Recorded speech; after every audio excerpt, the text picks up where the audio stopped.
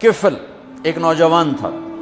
रोजाना वो रात को बदकारी करता था, शराब और औरत रोजाना रात को। एक रात एक लड़की को 60 दीनार में लेकर आया।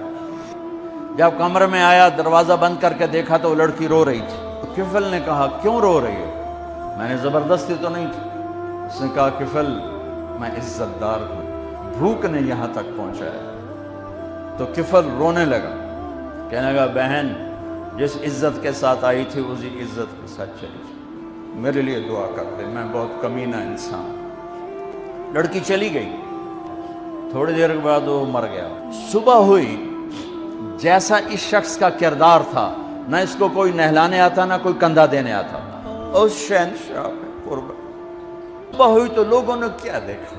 किफल के दरवाजे पे लिखा हुआ था बड़ा बड़ा नूरानी, अल्लाह ने किफल को माफ कर दिया।